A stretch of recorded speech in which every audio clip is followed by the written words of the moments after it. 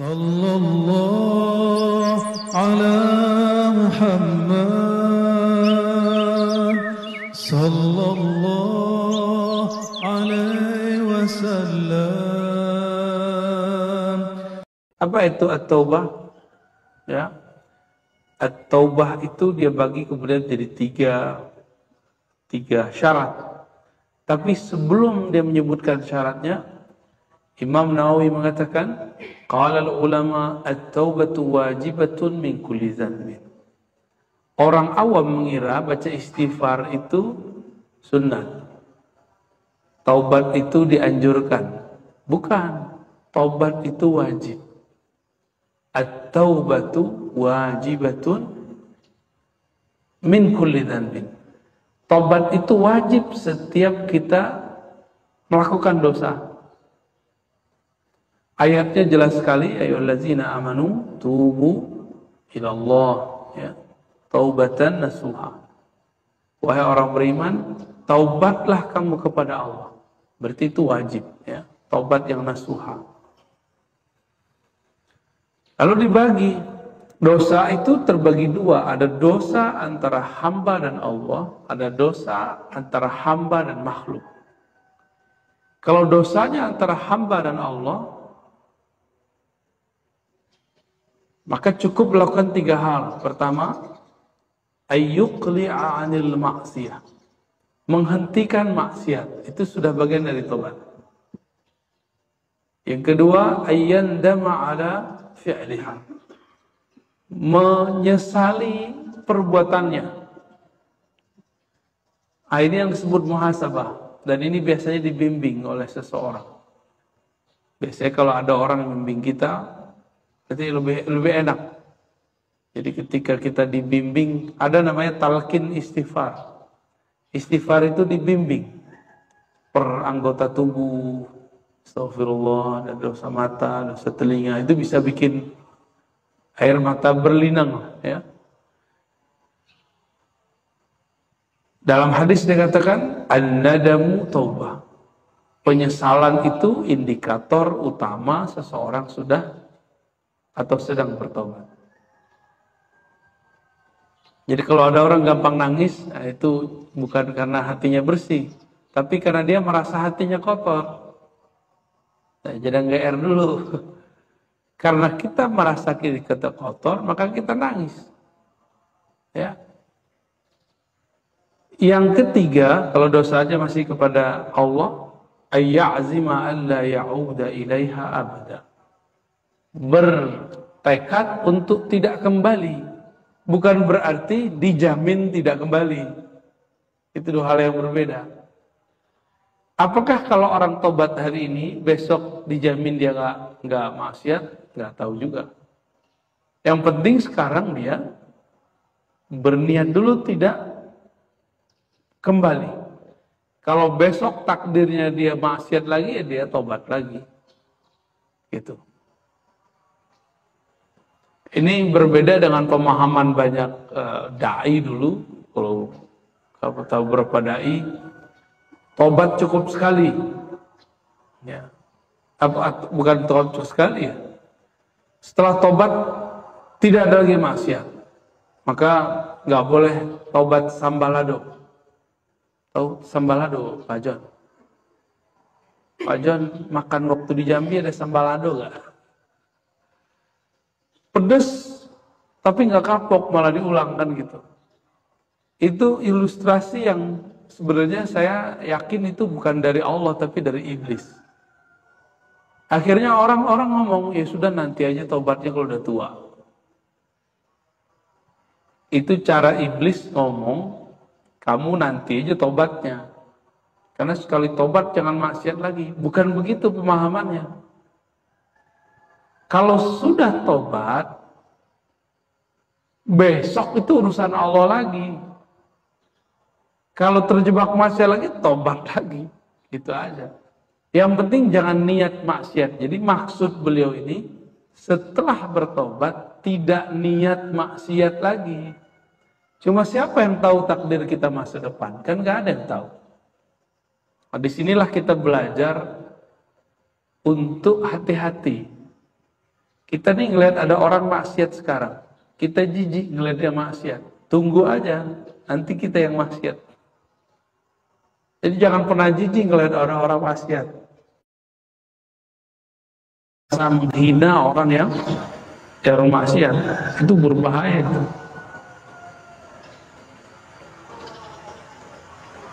Nah, jadi yang nomor 3 itu boleh diartikan niat tidak maksiat lagi. Allah itu kan tawwab, maha menerima tobat yang berulang-ulang, bukan taib.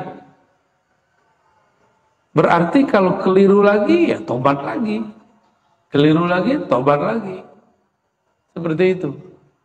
Oh ini dong main-main. Bukan main-main. Kita nggak tahu masa depan kita. Ada yang bisa jamin setelah pengajian ini matanya nggak maksiat, kan nggak ada.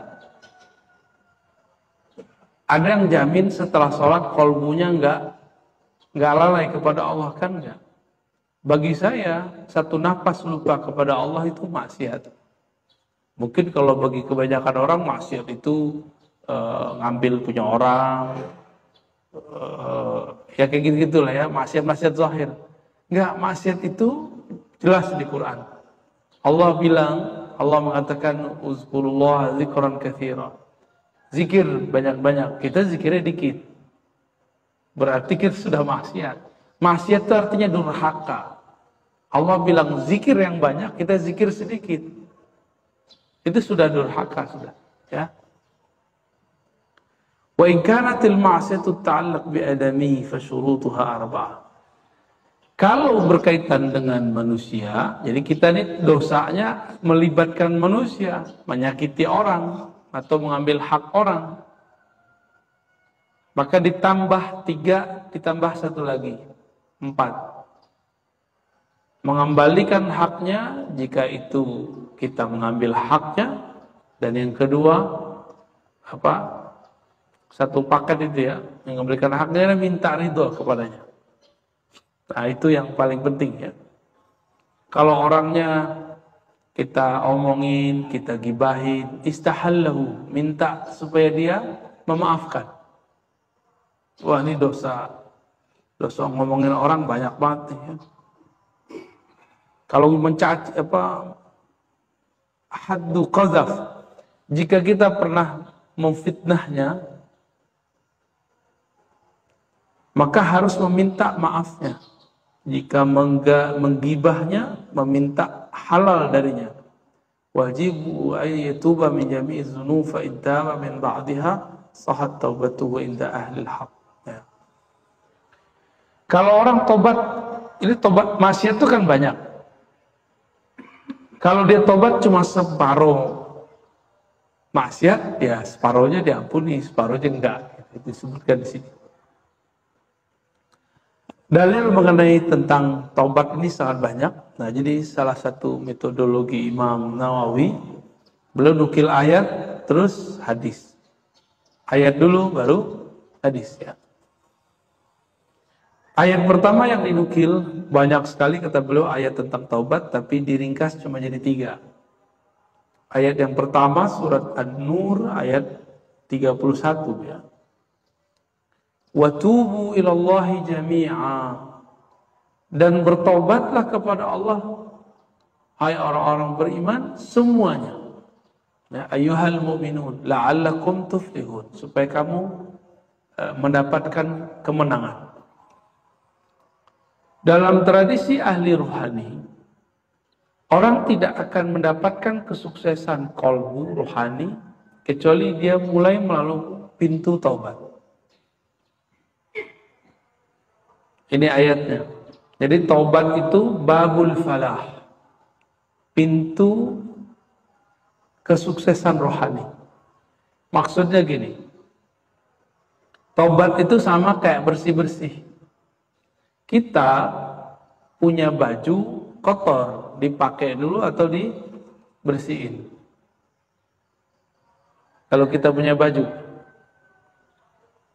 ya dibersihin dulu baru dipakai. Kita mau masuk rumah, kaki kita kotor, langsung masuk atau dibersihin dulu kakinya? Dibersihin dulu kakinya, itu yang disebut taubat. Kalau kotor di kaki, kaki yang dibersihin. Kita mau masuk masjid, tapi lagi junub, mandi nggak? Itulah yang disebut dengan taubat. Jadi at-taubatu babul falah. Taubat itu awal dari kesuksesan rohani. Jadi orang kalau tidak mulai dari taubat, apa yang terjadi? Jika dia beragama, misalnya tadi dia orang awam nih. Orang awam hijrah, kan sekarang lagi tren namanya hijrah. Taubat. Kalau dia tidak taubat dari kolbunya yang bermaksiat, kolbu itu ada dosa. Ada orang hijrah cuma pekerjaan doang. Hijrah dari pekerjaan bank, hijrah dari rentenir, itu hijrah zahir doang.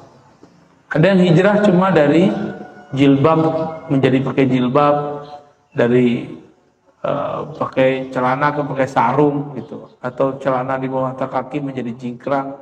Itu baru zahir. Dari tidak berjenggot jadi berjenggot, itu baru zahir, nggak ada efek kepada rohani. Yang ditobatkan harus semuanya. Itu kata Imam Nawawi tadi. Maka wa tubu ilallahi jami'a. Ini juga bisa berarti jami'an ini bisa berarti tobatnya utuh atau orang berimannya utuh.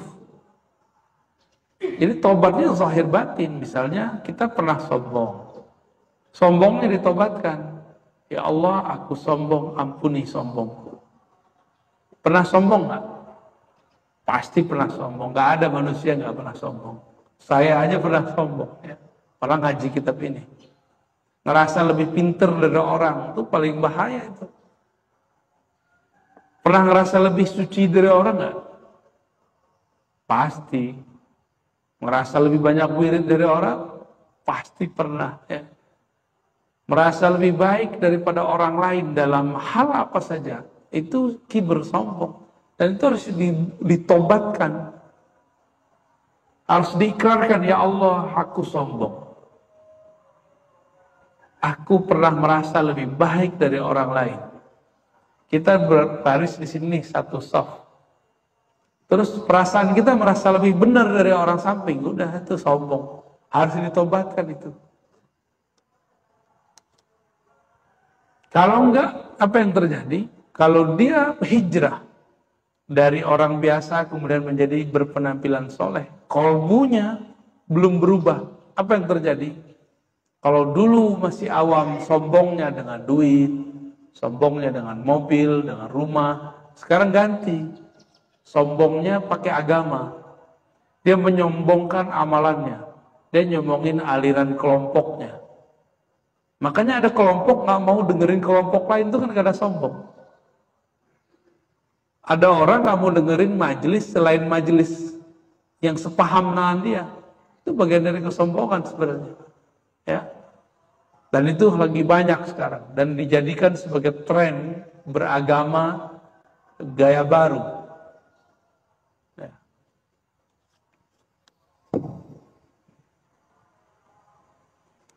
Lalu Allah SWT mengatakan, istaghfiru rabbakum summa tubu ilaih.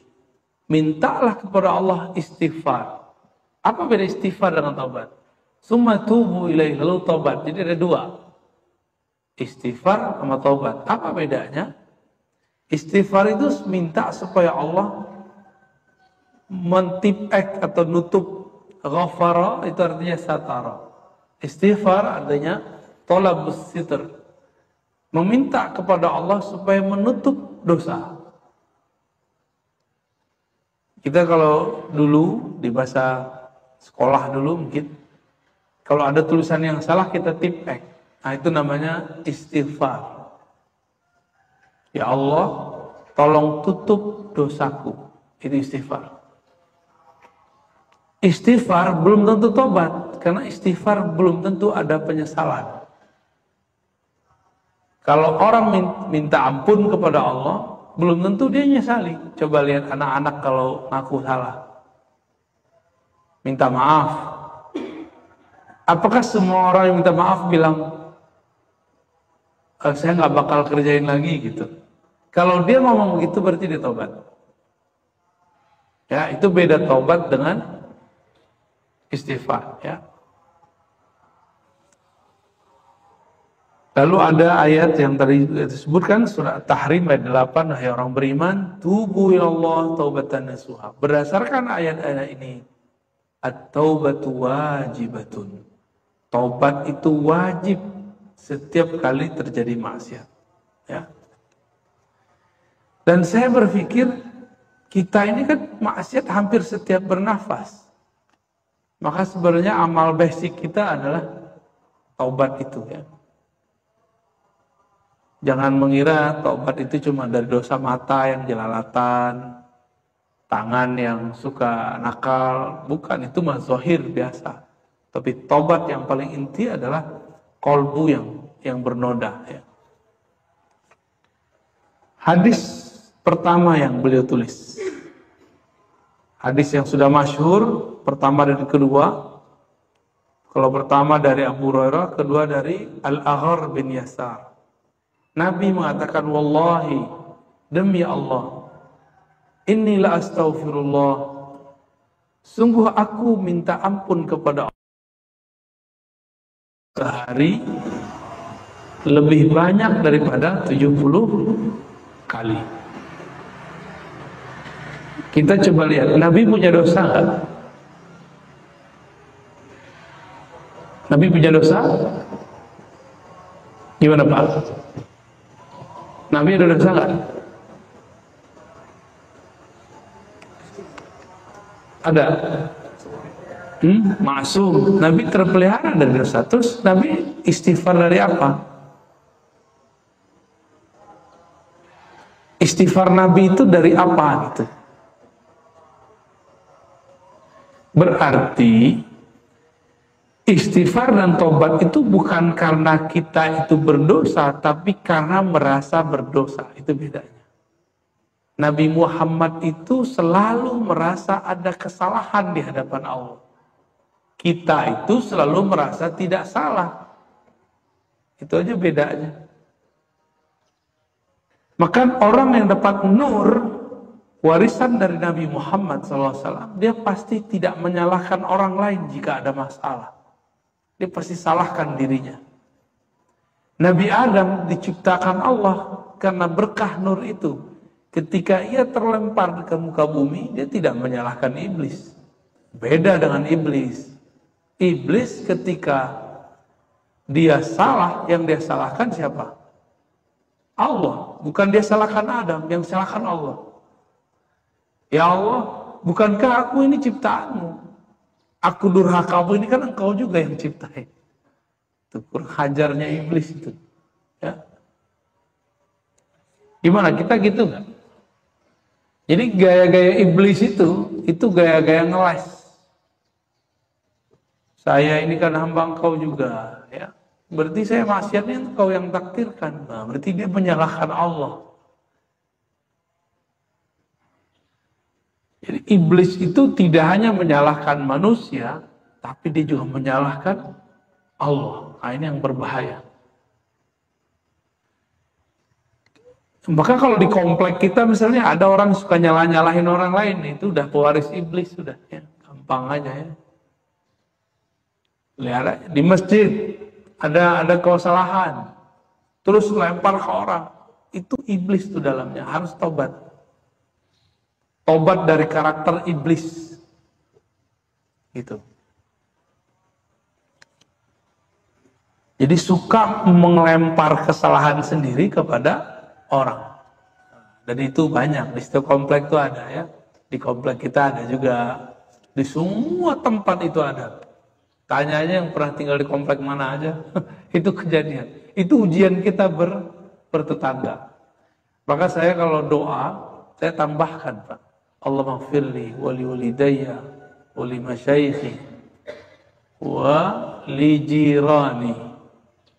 Ya Allah, ampuni aku, orang tuaku, guruku, tetangga-tetangga. Itu kita doa begitu. Kalau saya tambahkan itu. Siapa tahu kita yang salah. Gitu. Ya. Atau emang mereka juga ada salah, kita sama-sama mintain ampun. Itu salah satu doa-doa yang Nabi pernah baca sebenarnya, ya. Tapi dikumpulkan dalam lafaz-lafaz yang umum. Abu Hurairah meriwayatkan Nabi istighfar dan tobat 70 kali. Itu dosanya gak ada. Tapi beliau merasa berdosa. Maka dosa itu dibagi 3. Ada dosa yang zahir, ada dosa yang batin, ada dosa adam. Dosa sir namanya. Dosa yang zahir, dosa mata, dosa telinga, dosa lisan, dosa tangan. Nah, sekarang dosa tangan ini banyak nih, ngetik-ngetik di kerjaannya. Ya, ya itulah, baik di sosial media, di WA, di YouTube, di Facebook, di Instagram, itu dia main tuh. Itu dosa tangan. Dosa kemaluan, dosa kaki, semuanya. Kita semuanya adalah tong dosa. Ya. Jadi tong sampah dosa itu kita lah orangnya. Kita lah makhluknya. Terus ada dosa batin. Di batin ini tadi saya sebutkan ada dosa sombong. Merasa lebih benar dari orang aja udah. Merasa aliran kita lebih benar, udah langsung sombong namanya. Apalagi dosa iri dengki. Pernah iri nggak? Pasti pernah iri. Tetangga begini, tetangga begitu, pasti iri.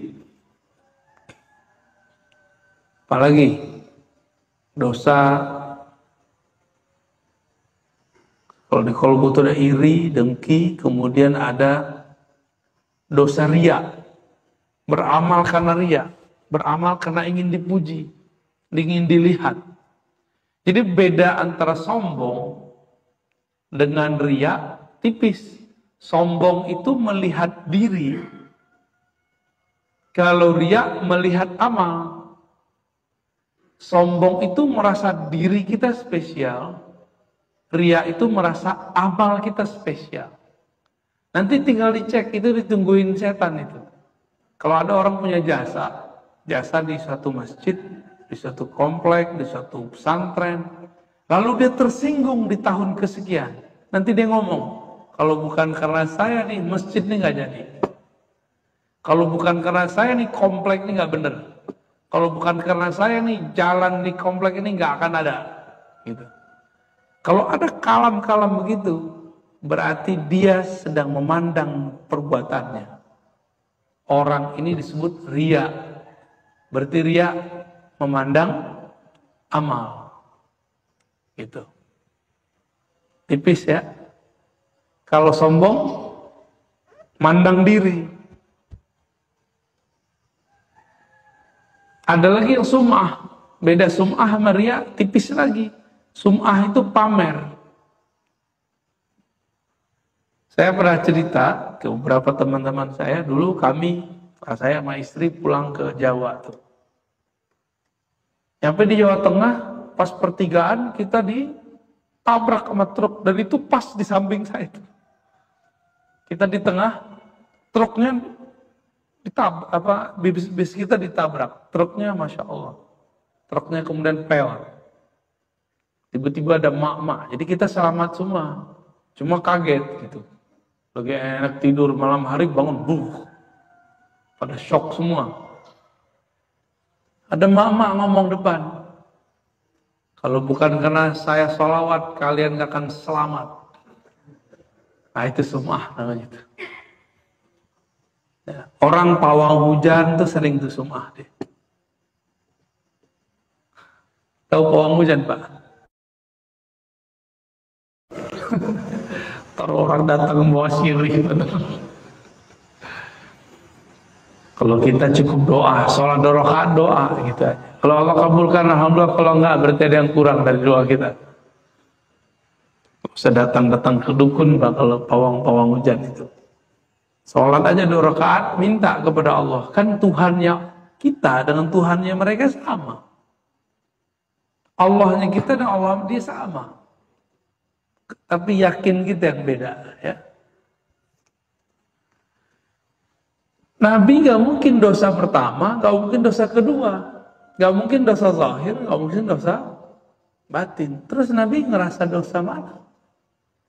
Nabi merasa berdosa pada sirnya. Sir itu rahasia dirinya. Nabi itu sering kalau sholat tuh gak di bumi. Lagi sholat, Allah perjalankan ke langit. Itu lagi sholat tuh. Lagi sholat, Allah perjalankan ke surga. Dan itu sering kita baca dalam hadis. Apa kata beliau? Ra'aituni nafsi, aku melihat diriku fi maqami haza, di tempat berdiriku ini. An-nar wal jannah, surga neraka. Kalau sholat itu kepada Allah saja. Nggak ada iming-imingan surga neraka. Nabi lagi sholat, dibawa jalan-jalan ke surga. Dari situlah Nabi beristighfar. Itu bedanya. Jadi Nabi menganggap munajatnya sempat tersedot oleh perhatian surga dan neraka. Maka dikatakan dalam hadis ini, di hadis kedua ya. Oh bukan, di hadis yang lain. Ada lafaz yang lain, di sini nggak ada. Innahu la yughanu ala qalbi. Sesungguhnya ada ghain pada kalbuku. Apa arti ghain? Ghain itu ya ghisyawatun nur. Tutupan cahaya yang meliputi kalbu Nabi. Itu cahaya apa? Kalau kalbu kita bercahaya, kita diperlihatkan Allah masa depan, masa lalu, atau surga neraka. Karena ada cahaya, saya bisa ngeliat ke depan. Karena ada cahaya, saya bisa bercermin. Kalau kalbu dikasih cahaya, maka kalbu akan bisa memandang masa depan. Gitu. Kalau kalbu Nabi diberikan pijar, maka kalbu Nabi bisa nyorot ke surga, bisa nyorot ke neraka. Maka jangan heran, Nabi itu diizinkan Allah mengetahui siapa aja yang udah masuk surga, siapa yang masuk neraka. Itu daftarnya udah ada semua. Jadi kita ini sholat pagi-pagi begini, itu Nabi sudah lihat. Sudah lihat. Cuma kan banyak yang beliau lihat. Beliau nggak sapa lah. Ya. Uridat alayya a'malu ummati. Amal umatku diperlihatkan kepadaku. Nah, kita lagi duduk-duduk mengkaji hadis beliau. Itu Nabi sudah diperlihatkan.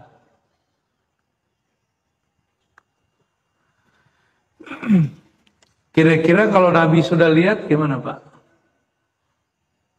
Ada kita di situ. Boleh GR nggak? Nggak boleh GR. Ya ada syukur. Alhamdulillah kita dipilih masuk ke dalamnya. Itu aja yang kita syukuri. Bapak Ibu, kita senang nggak kalau ada anak, teman, atau murid kita ngaku salah? Senang nggak? Anak kita salah terus dia ngaku. Atau teman kita salah, dia ngaku salah. Senang nggak? Jika kita senang, maka Allah lebih sempurna senangnya. Disebutkan dalam hadis ketiga dari Anas bin Malik. Anas bin Malik ini punya sebutan Abu Hamzah. Dia pernah berkhidmah kepada Rasulullah 10 tahun tidak digaji. Ada orang melayani kita, ya, tanpa digaji. Kalau ada dia pewaris Anas bin Malik, ya, dan itu dia nanti dikumpulkan di surga bersama Anas bin Ibn Malik, dan itu ring satunya Rasulullah Sallallahu Alaihi Wasallam. Presiden punya pembantu, pembantunya itu menteri, itu ring satunya. Kira-kira begitu modelnya. Anas bin Malik ini ring satunya Rasulullah. Kalau di kitab disebut Khadimur Rasul. Kalau saya nyebutnya Sayyidul Khuddamir Rasul. Penghulu, pemimpin para pelayan Rasulullah SAW. Apa kata Nabi? Kata Anas, Rasulullah SAW pernah mengatakan kepadaku, Lallahu afrah bitaubati abdi min ahadikum saqata ala bahirihi wa qad adallahu fi ardi falah. Allah itu sangat senang jika ada orang bertobat. Bahkan lebih senang motor, kehilangan kendaraan, lalu kendaraannya ketemu. Dulu kan kendaraannya onta. Kalau barusan saya sebut apa? Motor. Motor kita hilang, tahu-tahu ketemu, senang nggak? Duit hilang, tahu-tahu ketemu, pasti senang sekali. Di zaman itu dulu ada orang disebutkan seorang laki-laki, dia safar sendiri, kelelahan, lalu dia duduk di sebuah pohon. Onta itu kan nggak perlu diikat, onta itu cukup ditaruh ikatannya itu cuma dicantol aja. Kalau ada pelepah kurma itu kan ada yang sudah dipotong, cantolnya di situ, dia nggak akan lari. Tapi kali ini ontaknya lari. Dia di tengah padang pasir, bingung mau kemana dan bagaimana caranya. Dicari-cari, udah bolak-balik, udah ganti pohon, kelelahan, lalu dia kemudian kembali ke tempat pertama. Karena lelah, dia tidur. Di saat bangun tidur, otaknya tuh jilat-jilatin dia, gini-gini. Maka dia bangun. Di saat dia bangun, digirang. Apa kata orang ini? Ya Allah, anta abdi, ana rabbuka. Kebalik ke masjid. Saking girangnya, ya Allah, engkaulah hambaku, akulah Tuhanmu. Padahal yang benar gimana? Ya Allah, akulah hambamu, engkau benar-benar Tuhanku. Tapi kebalik ke dia, saking girangnya, ya Rabb, anta abdi, wa ana rabbuka. Itu kisahnya disebut di sini, Pak. Kita ringkas saja ya. Karena kalau dibacain Arabnya cocoknya di pesantren. Dibaca atu-atu, diterjemahin. Nah, kalau di pesantren An-Najah jamaahnya bisa kitab Latin, bukan kitab gundul. Itu terjadi. Girangnya bukan main. Sampai dia salah sebut. Ada orang begitu? Banyak orang begitu. Kalau dalam tradisi al-zikir disebut syatahat. Syatahat itu saking girangnya, maka kau balik-balik ngomongnya. Tapi banyak orang gak paham, dikira itu dia ngerasa Tuhan. Dia ngerasa Tuhan gak? Enggak, dia panggil ya Allah. Engkau hambaku, aku Rabb. Kosakatanya kebalik. Jadi orang bahagia, orang marah, itu kestabilan kosakatanya itu bermasalah itu. Ya.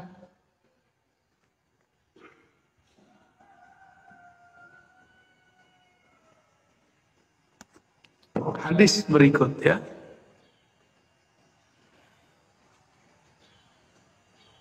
Innallaha, ini jam berapa Pak? Apa jam saya yang salah? Oh bener ya. Kok mesti jam 5 aja nih. Lama amat ya rasanya waktu. Apa saya kurang menikmati Pak? Kelelahan kali ya, mohon maaf. An Abi Musa Abdullah bin Qais al-Ash'ari an Nabi sallallahu alaihi wasallam. Obat itu tidak mesti malam hari. Tidak mesti depan kiai. Ini perbedaan agama Islam dengan agama lain. Di agama lain, tobat itu harus ada pengakuan di depan pemimpin agamanya. Agama tertentu ya. Tapi dalam Islam, siapa saja bisa bertobat kapan saja. Siapa saja boleh dapat bertobat kapan saja. Coba kita lihat. Inna Allah yabsutu yadahu bil-laili liyatuba musii'un nahar. Allah yabsut yadahu. Allah mengembangkan, melepaskan yadnya. Yad itu secara harfiah artinya tangan. Tapi kita kan nggak boleh membayangkan tangan begini. Terus apa maknanya? Hanya Allah yang tahu. Tapi yang kalau kita mau memaafkan orang, kita unjukin tangan nggak? Aduh gue maafin lo gitu ya. Iya. Nabi lagi berbicara dengan manusia. Nabi ibaratkan sebagaimana manusia itu kalau maafin orang manusia itu menjulurkan tangannya untuk menerima ungkapan maaf dari orang. Kira-kira Allah diilustrasikan begitu. Baik siang musii'un nahar, orang yang bermaksiat di siang hari, ataupun musii'ul lail, orang yang bermaksiat di siang hari. Jadi nggak usah diundur-undur gitu maksudnya. Sampai terbit matahari di bagian barat. Barat sono ya. Setiap manusia mengalaminya dengan sakarat. Sakarat itu berarti matahari sudah di barat. Tapi secara harfiah nanti kejadiannya sebelum kiamat. Kiamat kubro. Mati itu kan kiamat sugro.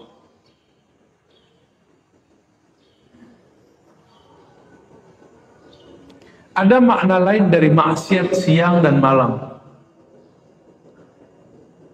Bagi Imam Ibnu Arabi, maksiat siang itu maksiat ketika engkau merasa dilihat manusia. Maksiat malam itu walaupun di siang hari, tapi engkau bisa melakukannya secara sembunyi-sembunyi. Itu namanya malam. Jadi maksiat yang zahir, yang ada kelihatan di depan manusia, ada maksiat yang kita lakukan diam-diam, itu malam. Allah memberikan maafnya sama. Kapanpun kita kembali, Allah terima. Man taba qabla an tatlu'a asy-syams min maghribiha taballahu alaihi. Siapa yang tobat sebelum terbit matahari dari barat, maksudnya sebelum dia sakaratul maut, maka tobatnya diterima. Innallaha yaqbilu taubatal 'abdi ma lam yughargir. Sama ya. Jadi ini penjelasan makna hadis tadi. Selama belum sakaratul maut, maka taubat diterima.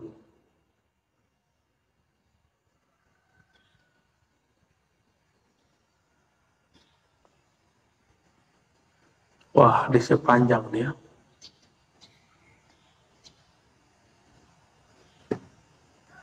Cukup dulu lah. Tadi ada tiga dosa, Pak. Yang paling penting. Dosa zahir, dosa batin, dosa sir. Nabi itu tidak mungkin dosa pertama, kedua. Tapi merasa dirinya punya dosa sir. Dosa sir ini masuknya ke adab. Masuknya ke adab. Nabi itu merasa tidak sopan. Nabi Nuh itu enggak dosa. Wajar udah 950 tahun dakwah, dicuekin sama kaumnya, malah dipipisi, itu kapalnya. Apalagi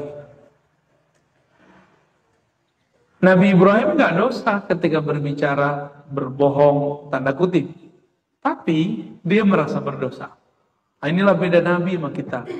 Kita dosa tidak merasa, Nabi tidak bermaksiat, tapi merasa bermaksiat. Nah, itu maksudnya ke bab adab. Kalau kita sudah masuk ke bab itu, berarti orang ini pewaris Nabi. Tapi kalau baru di bab pertama, kedua, orangnya disebut mukmin aja. Tobat dari zahir, mukmin biasa. Tobat dari sebatin, ini wali, awal kewalian. Tapi dosa, adab, itu adalah wali-wali besar, arifin billah. Ya, barangkali itu Bapak Ibu. Cukup Pak Haji? Udah ya? Sampai jam berapa tuh? Syuruknya jam berapa? 5:30. Ada pertanyaan? Nggak ada ya? Langsung bilang nggak ada aja Pak. Beres? Cukup? Cukup dulu lah ya. Bapak Ibu yang berkenan Allah, semoga kita dijadikan orang yang bertobat. Nanti ada beberapa hadis mengenai tobat ini dan sangat indah kisah-kisahnya. Nanti kita hikayatkan dengan hikayat yang cocok dengan bahasa Indonesia insya Allah. Semoga Allah menerima tobat kita, Jangan pernah undur, jangan pernah merasa suci. Menjadilah orang yang selalu merasa ada maksiat kepada Allah, sehingga kita doyan bertobat. Ja'alana Allah minat tawabin wa ja'alna minat tawabin al-mutatahhirin. Semoga Allah menjadikan kita orang yang tawabin dan mutatahhirin. Rabbana atina fid dunya hasanah wa fil akhirati hasanah wa qina adzabannar. Wa sallallahu ala sayyidina Muhammad walhamdulillahi rabbil alamin. Assalamualaikum warahmatullahi wabarakatuh.